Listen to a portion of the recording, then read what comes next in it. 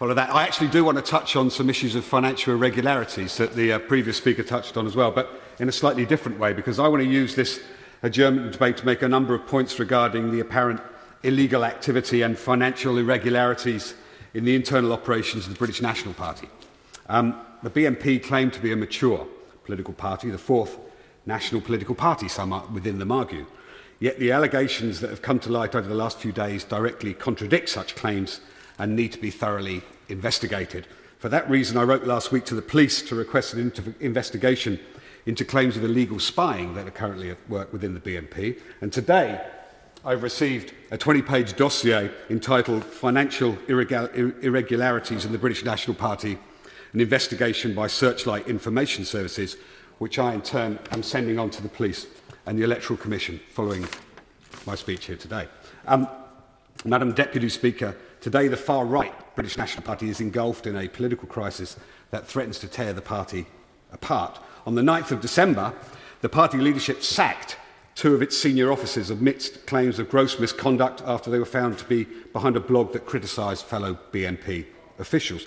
As a consequence, over 58 BNP organisers and regional officials have resigned their positions, and 8 councillors have withdrawn the party whip and become independent nationalist councillors in a show of support for their 2 sacked colleagues.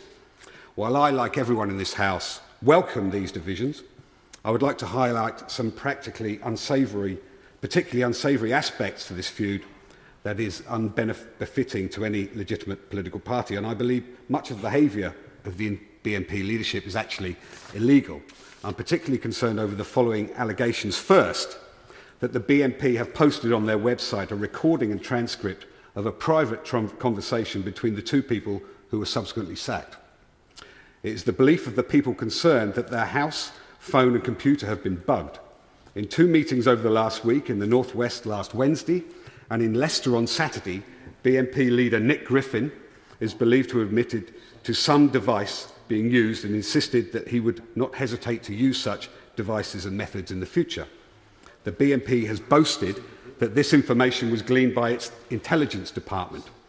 Now, this House might well be interested to note that this intelligence department consists of former police officers from the apartheid South Africa, and some of these men have been linked to apartheid regime's intelligence services.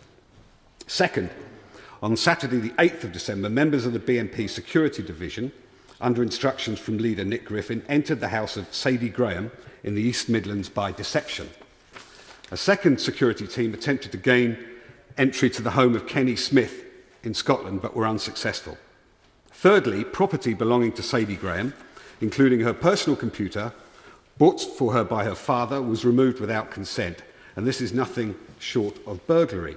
Fourth, the BNP leadership has subsequently been trawling through Sadie Graham's computer, and on Tuesday the 11th of December, Simon Darby, the deputy leader of the BNP, posted an email found on her computer on his blog. Now, the content of this email was subsequently referred to in an article by Nick Griffin himself that was posted on the main BNP website. And this clearly implies that the BNP leader has been privy to a criminal act. Emails sent to Sadie Graham between Saturday the 8th of December and 10:15 on Monday the 10th of December have also been opened and read by the BNP leadership, and this in turn is a clear breach of the Data Protection Act. Point 6 is that Sadie Graham is a councillor on Broxtowe Borough Council, and much of her council work, including correspondence from constituents, was on this computer. Not only is this again a breach of the Data Protection Act, it puts her constituents at risk, and it has prevented her from carrying out her duties as an elected councillor. Briefly, Madam Deputy Speaker, I now wish to turn to a few issues in terms of the financial irregularities in terms of the operation of the British National Party. And the feud within the BNP is a clash of personalities and competence rather than politics, and much of it relates to allegations of financial mismanagement by the BNP's so-called Treasury team. As I've mentioned, I have here a copy of a report prepared by Searchlight Information Services today into the financial irregularities of the British National Party, and today I wish to put the contents of this report into the public domain. It is this unpublished dossier that I will send to both the police and the Electoral Commission. Now, I'd like to take a few minutes to outline some of the serious issues this report raises.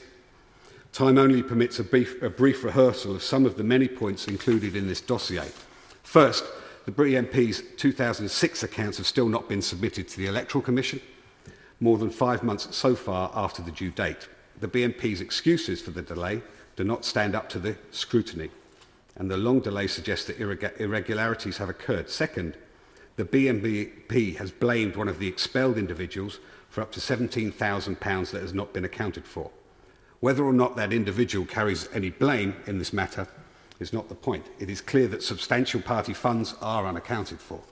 Third, another former national officer resigned recently, laying various serious charges of incompetence against the BNP's treasurer and especially against its deputy treasurer, who is responsible for the funds of local branches and groups. Fourthly, the BNP failed to report a specific donation of £5,315 in the period of 1st July 2007 to 30th September 2007 in contravention to the Political Parties Elections and Referendum Act 2000. Fifth, BNP financial records were shredded at the home of the party's former national treasurer in 2004. Sixth, the BNP has solicited donations from overseas to an organisation by the name of Civil Liberty, which Searchlight considers as merely a front organisation set up to circumvent the prohibition on donations to political parties from individuals who are not registered to vote in the UK. 7. Before the prohibition of overseas donations introduced by the PPERA 2000, the BNP raised money in the USA by a method that contravened US law. 8. There are allegations that Nick Griffin himself, the chairman of the BNP, has personally brought US donations in cash into the UK on his person. 9. The BNP attempted to earn insurance commission by means of an insurance entity that was not authorised by the FSA, and there are serious doubts whether the activity was exempt from the requirement for authorisation. 10. There is evidence that the BNP financed its insolvent position in 2006 by a failure to pay sums owed to HM Revenue and Customs in respect of PAYE and VAT. 11. There is evidence in this document that the BNP is not accounting for income tax and national insurance contributions under PAYE in respect of workers by incorrectly treating workers as self-employed, which also deprives those workers of employment rights. The failure appears to be long-standing. 12. There are allegations that the BNP has paid workers in cash to avoid tax and national insurance contributions and to enable them to claim state benefits. 13. The BNP reassured its auditors that it would continue in existence because of the availability of funds in its so-called regional accounting unit, but it is doubtful that the BNP had any legal recourse to these funds. 14. There is no evidence that the BNP has accounted for corporation tax on profits on its own commercial activities. 15. The BNP omitted to prepare any accounts for the period 1st of October 2001 to 31st of December 2001. Finally, the BNP claims to have spent at least £70,000 on printing equipment in 2005 alone, but no such expenditure is shown in the accounts. In short, what is being uncovered in the internal workings of the British National Party appears to be systematic illegality in terms of data protection, bugging, money laundering, theft, and the operation of the Political Parties Elections and Referendums Act 2000. This demands a most thorough investigation. This is not the behaviour of a legitimate political party, and I very much hope to see the police and the Electoral Commission investigate these charges. That the fact that this is being orchestrated by the leader of a political party is the most shocking aspect. The BNP leadership and Nick Griffin in particular are showing us their true colours. Thank you very much indeed. Mr. Mark Lancaster. Thank you very much, Madam Deputy Speaker. It's a pleasure to have caught your eye to raise a few